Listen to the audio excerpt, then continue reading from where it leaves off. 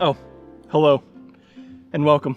I'm Zabraxi. You know, someone once told me that they played a game and it changed the way they looked at the world forever. How does that happen? What, did it like hit them in the face or something? I mean, I've been out here staring at the Earth the entire time, just the world, and yet all I can see are some ants, piles of dirt, and this piece of dog shit. Video games. We often play them, and sometimes we even like them.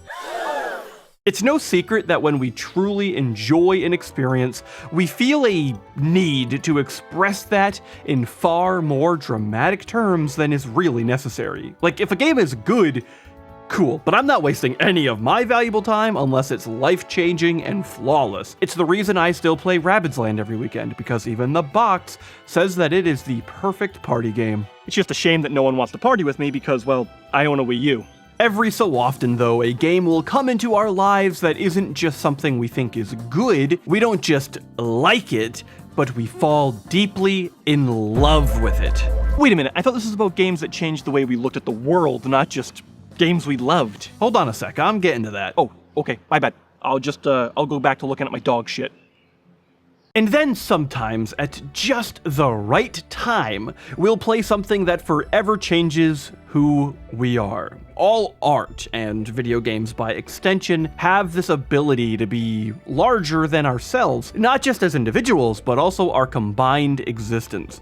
Sometimes, after the credits roll, we walk away and are never the same again. We don't always know it in that moment, but our perspectives on people, problems, and sometimes ourselves was shifted by a video game of all things. These are the gaming moments that we often live for. The journeys that we will talk about for our entire lives with reverence, humility, and excitement. Bro, can you hurry up and give an example because I am really sick of looking at this.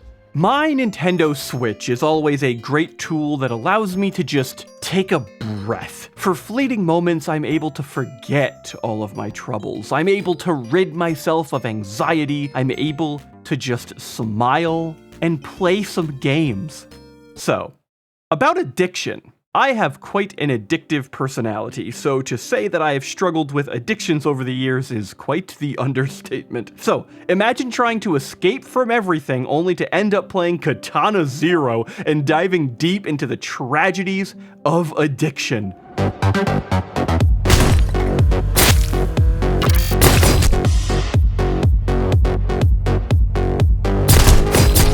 I have to really dance around what I'm saying here, but the basic premise is that you're playing a hired assassin, attempting to fulfill the contracts and get your targets. Everything here dies in a single hit. So you end up having this kind of fun action game that almost exists more like a puzzler on how to, kind of safely complete each stage. But where Katana Zero really makes itself truly one of a kind is that in between each of these brutal and, oh boy, do I mean brutal and gore-filled levels, you return to the mundane struggles of life. You might try to avoid a conversation with a little girl who lives in the apartment next to you. You'll frequently have to attend therapy sessions, which can get heated at times. Or you might just drink yourself to sleep in your apartment, alone and confused.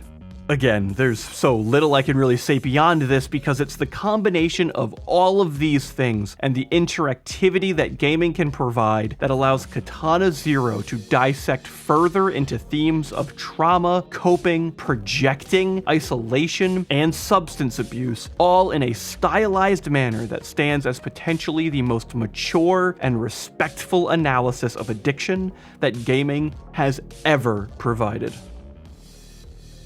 Alright, well, I guess the world does look a little bit different, but it honestly might just be the pollen in my eyes. What the heck is that? How did I not see this before? Well, you know what they say. Life is strange. I made a joke. Back when Life is Strange was originally launched, I had absolutely no idea that it came out. Cut to months later, and when I found out that the creators of Remember Me had released a new game, I joined all 17 fans of Remember Me in getting excited. What I wasn't ready for is a game that would make me cry on multiple occasions and would leave me stunned in refusing to make narrative decisions because they were just too hard to choose. Yeah, but this just isn't fair. You can't make me choose between pancakes and waffles. They're both so good.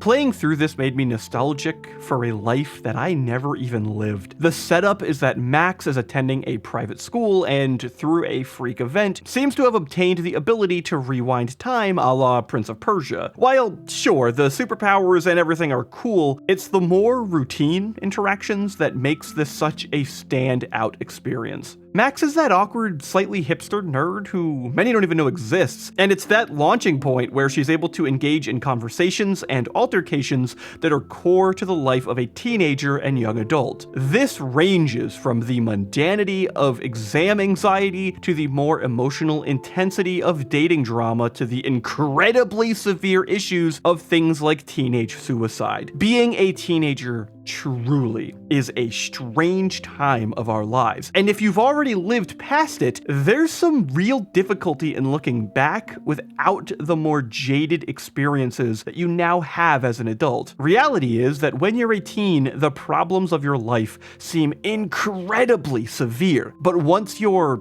on the other side, so to speak, then all of those problems seem kind of inconsequential and extremely minor. It's really hard to relate and remember why someone still feels so grand and epic and big about a thing that we all view as nothing. But what Life is Strange does so well is to let you live the life of a teenager with the option to undo the mistakes you'll make. You know, if I could change my own life choices, then maybe I wouldn't be here, staring at dirt.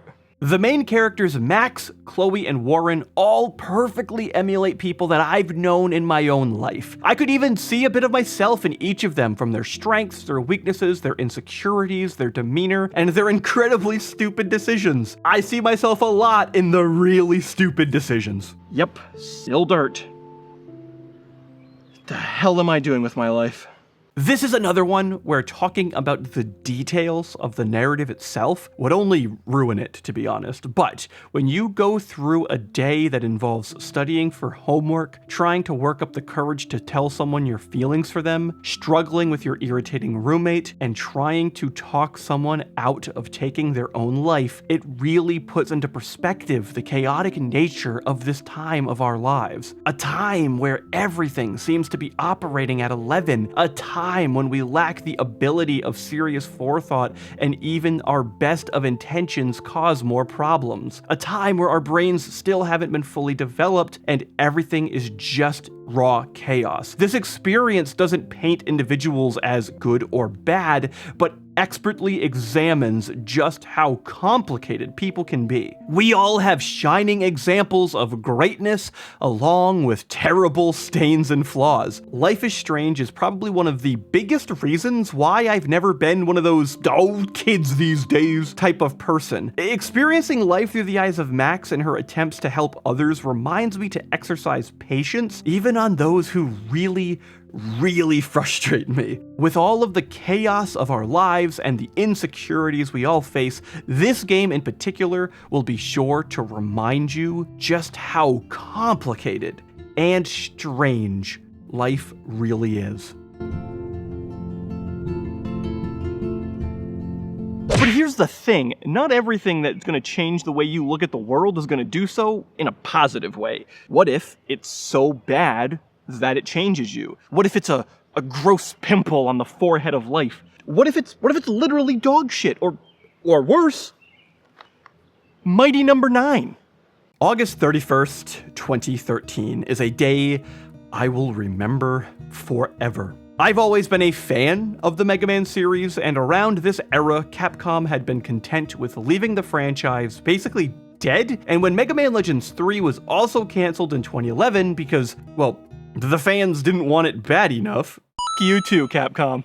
Everything was so dark for Mega Man fans. So when Keiji Inafune himself announced a spiritual successor to the Blue Bomber being directed by a new studio he had made, along with music from the original composer for the Mega Man series, and the game was being put on Kickstarter to be crowdfunded, you are damn right I was gonna throw every bit of money I had into the ring just to show Capcom's how much the fans really, really wanted it. So, how did it go? Well, the project was funded in 2 days. You too, Capcom.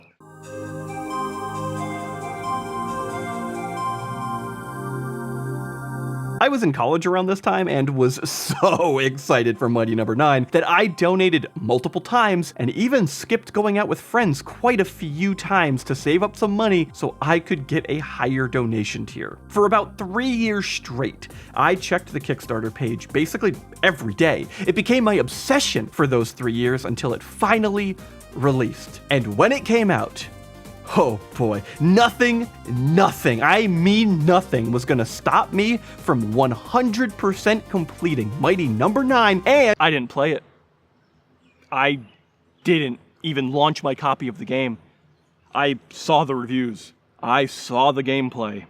And it would take me 3 years to muster up the courage to even try the game out. And honestly, to be fair, after that time, I do think that the reviewers were a little bit off on this one. Because it is way worse than what they said it was.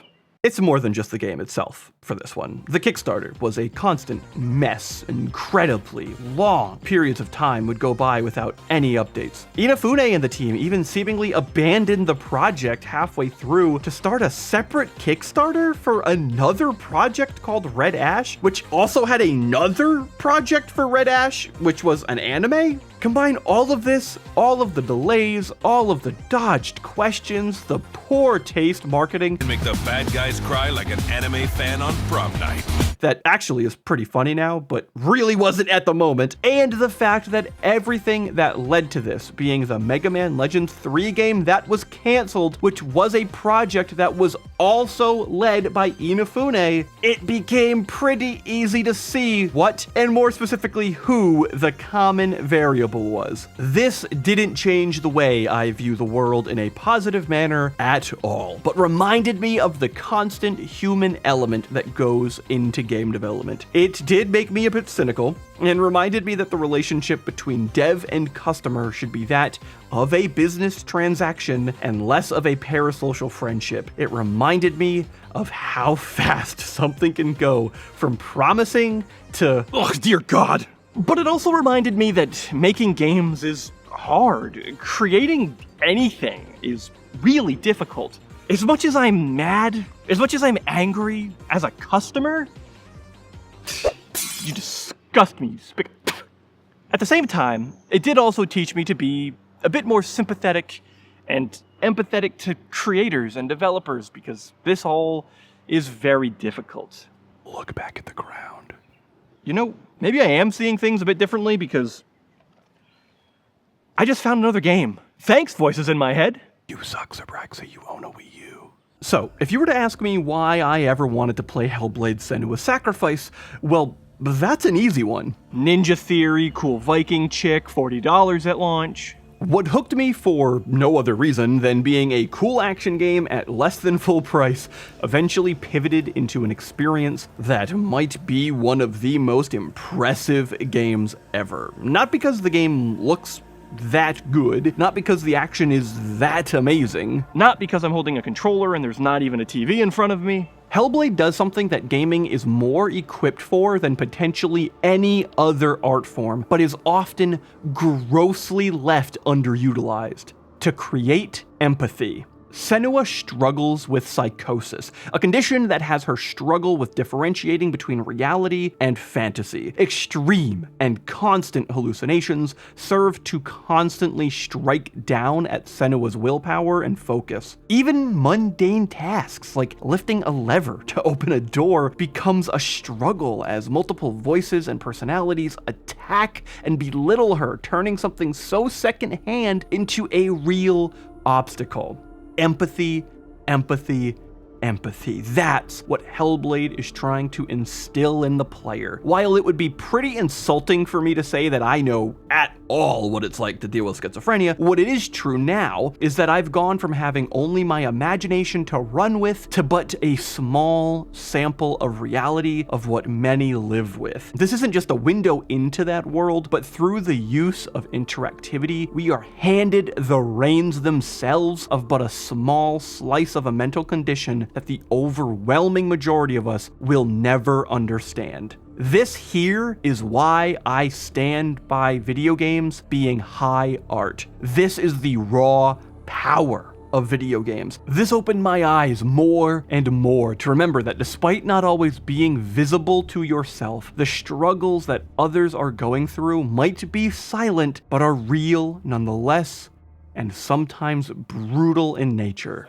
It was when I actually found myself yelling at the screen to just shut up because the voices were just yelling at me during a tough combat scenario that I realized that I will never be able to look at the world or people the same way again. The noise, the belittling comments, all while I was trying to focus for just 30 seconds. It was unbearable. You see, the thing is, everybody battles with their own stuff, and Hellblade really taught me to be patient and sympathetic towards people's struggles because they may be really intense and I just don't see it on the outside. I mean, honestly, my life's pretty good. The biggest problem I have in my life right now is trying to get people to play Pac-Man Party with me, but, well, I'm currently at 0 idiots to play, so I think I'm gonna instead try this game about blindfolded robots or something. Nier is weird, which is fitting considering the series is made by a man who wears the face of one of his own creations as a mask everywhere he goes. You know, I gotta give Yoko Taro this. He's exactly the type of person that I imagined behind a franchise as bonkers as this one. The absurdity, though, is a wonderful hook that baits the player into accidentally stumbling onto one of the most thought-provoking narratives and worlds that video games has ever created. Nier Automata, or Automata, whichever you want to go with, at first glance is an awesome action game made by the legends themselves, Platinum Games, with a beautiful post-apocalyptic world, an impressive mix-up of mechanics, and a map that, by the way, is almost the exact time to go from one end to the other as Ocarina of Time. Really interesting, by the way. There you go. There's a little trivia fact. First things first, though, I have to just shout out the fact that this game can turn from a rail shooter to a side-scrolling platformer to a 3D action game to a puzzle game, all within the scope of a few minutes, and not only have it feel perfectly natural, but to also have each genre of game within itself feel executed with precision and elegant design. Peak gameplay. Most AAA studios can't even get a single genre right most of the time, never mind like 5 of them. While the gameplay made me have a higher expectation for what games can and should be, especially when you realize how small its budget was, those aren't the things that are the life-changing pieces that I'm here to yammer on about for about 3 times as long as anyone would reasonably want to listen. No, please, keep talking anyway.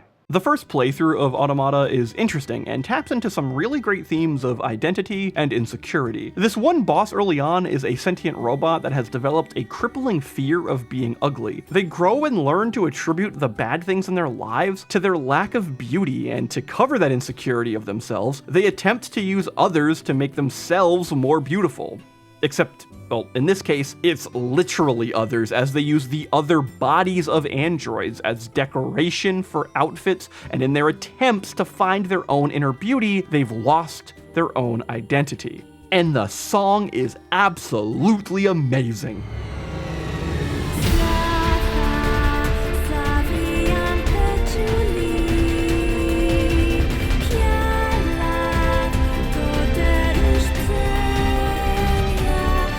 But while the first playthrough is good, where the magic lies is after the credits roll. In most New Game Plus modes, you'd unlock some new mechanics in the same world, but Automata does the same thing on its second playthrough, but this time, you play the story from an entirely different character and their own unique internal struggles and an entirely different view of the world around you, leading to a brand new telling of the story. So actually, not like a normal New Game Plus at all. And this doesn't just happen once, but multiple times across multiple characters, across multiple playthroughs. Honestly, I don't really replay games very much at all. It's incredibly rare that I'll play something more than once, well, ever, and playing through a game immediately after finishing it is just a practice I've never basically had the compulsion to do. But that's the beauty here. In order for Nier Automata to tell you the whole and complete story, you actually need to see everyone's perspective. That itself leads to different gameplay styles. It leads to different mechanics, but most interestingly, it leads to entirely unique interpretations of events, which helps you, the player, get to see new and more events than other characters can to give the player a more complete view of the world and what's really going on.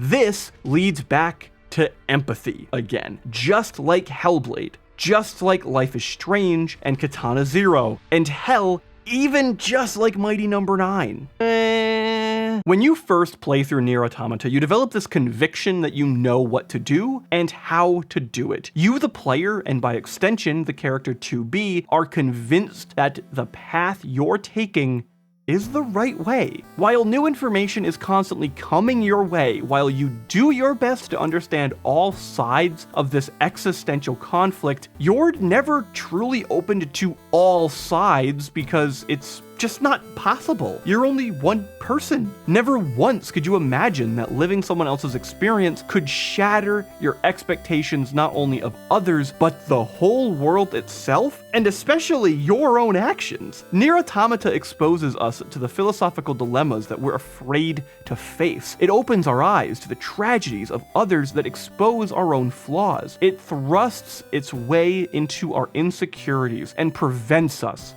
from wearing the skins of others to hide those flaws. And one of the most jaw-dropping moments in all of gaming comes from making the ultimate sacrifice.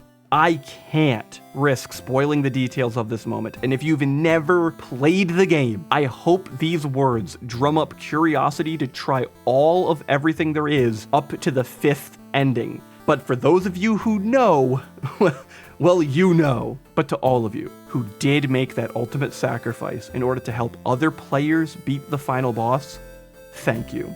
And it's that sacrifice that gives me the conviction to never play Nier Automata ever again. You know, video games really can change the way you view the world, I guess. For me, it was about learning empathy. It was about learning new perspectives instead of seeing the world through my own narrow lens. It was about sacrifice and community. Because of a game like Nier Automata, a game which, by the way, I can never play again because it would violate the whole decision that I made at the ending of that, I truly will never see the world the same ever again. Well, I guess I'll see you in the next one. Bye-bye! Oh, would you look at that? A different piece of dog shit.